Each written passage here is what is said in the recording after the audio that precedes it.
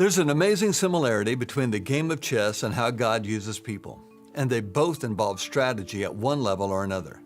Both may look different, and they act different. They may have different strengths and weaknesses, and even different limitations. Some pieces move a lot, and this forces the opponent to become defensive. Other pieces seem to never move at all, and in not moving, they occupy a space that actually ties the hand of the opponent and thwarts the plans of evil. Kind of like this chessboard. Light pieces, forces of good, God; dark pieces, forces of evil. Well, to the chess master, both those that move and those pieces that don't move are equally as valuable. It doesn't matter who gets the credit. It only matters that there's one kingdom that remains standing at the end of the game. So whether you see it or not, you're part of an incredible chess game here on earth. In the visible realm, you're going to go about your day-to-day activity. You go to work, you drop the kids off at school, you go shopping, you run errands. But did you know that all around you, during all the time you're doing this, there's movement? Movement in the spiritual dimension, and that movement is based upon your movements. Your decisions cause a ripple effect in the heavens. Like these chess pieces, you and I have specific responsibilities that need to be fulfilled. And we have specific abilities that need to be utilized to reach the purpose for which we were created. You have a gift and you have a purpose, unlike the person next to you. The pawn doesn't look like the rook, and the rook certainly doesn't look like the knight or look like the queen. You won't be used in the same way as the person that's next to you. A simple pawn, like this pawn right here, for example, it may spend its entire life sitting in one square. And as it sits there, it may think that it wants to be a rook. But a pawn that wants to be a rook doesn't understand the immense value that a pawn has in the hands of a skilled chess master. So again, take this pawn for example. It may not move the entire game. It doesn't mean for a moment that it's any less important than this rook that moves a lot or often in the game. The rook may get a lot of attention. It moves great distances all at once, far more squares than a pawn may. But in the overall strategy, the pawn is just as important as the rook, who might appear to be doing more. Much like the game of chess, you may feel you're simply a pawn. You're not a missionary to Africa. You don't have international connections or international influence. You may have lived in the same city your entire life, maybe even the same house your entire life, but you're still a critical part of God's plan. Do you want to know how? Okay, let's take a little bit closer look at this pawn. It might not move much at all, but when it does, it's slow.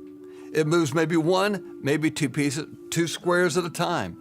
But here's what the pawn does. It occupies space that keeps the enemy from advancing and taking that ground. The pawn may occupy that space the entire game. Space the enemy wants, space that protects the more celebrated pieces that are around it. Any experienced chess player will tell you this is strategically true. But what does this principle look like in the spiritual arena? How does it affect you? I had an experience, whether it was a dream or a vision, I'm not quite certain. Sometimes it's hard to tell. But in this moment, I watched an afternoon in the life of a woman. While I watched this woman, I saw her actions and how her actions impacted the spiritual atmosphere all around her. The woman had just moved into a new apartment complex. While the new apartment was affordable, she didn't like it nearly as much as the one she moved from. Dejected, she enters the apartment she never wanted to change in the first place. She walks in, it's in a different part of town, and what she doesn't see is that angels have gone before her and closed opportunities that would usually have been available. Keep me safe from harm, oh love, oh these latter days they've taken. This apartment is a lot smaller than her previous apartment. Pieces of my heart. Where's she going to put her furniture? Frustration begins to mount. That very moment, I hear shrieking voices saying, "Oh no, we have to leave, she's here now." Come find me.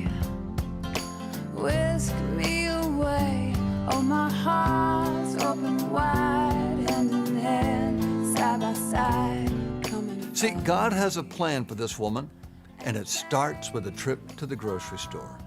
As she's driving, the woman spots the grocery store she's looking for, but she's in the wrong lane.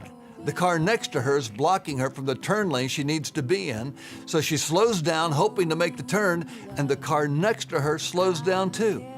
I see her frustration. She then speeds up, and the car next to her seems to speed up as well, and she's now becoming very frustrated.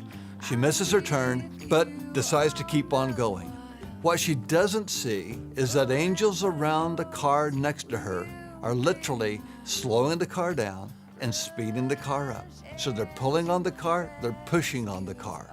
She wasn't supposed to go to that store. It was not part of the plan. Before the woman can turn around, she spots another grocery store, and because of the ease of the turn, she decides to go into that store instead.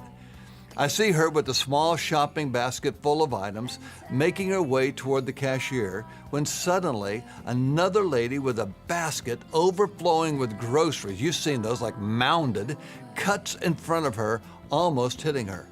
What she doesn't see is that an angel was standing between her and the woman with the cart, so the woman didn't even see her. Remember, there's movement all around us. I see the countenance of this woman as she makes her way to the next available line. The frustration is even more obvious than before. As she's getting checked out, I then hear the thoughts of the cashier who's watching her as she's checking her out. The cashier is saying to herself, "Why can't I be like this woman? She's got her act together. She has light coming from her. She has something that I want, and I don't have it." I watch the woman pay for her groceries and leave the cashier behind as she walks out the store. The next day, that cashier is in church and she gives her life to Jesus. And the woman that I followed in this experience had no idea at all that God had used her to touch that cashier. That experience taught me a lot about what I call the coexisting spiritual realm.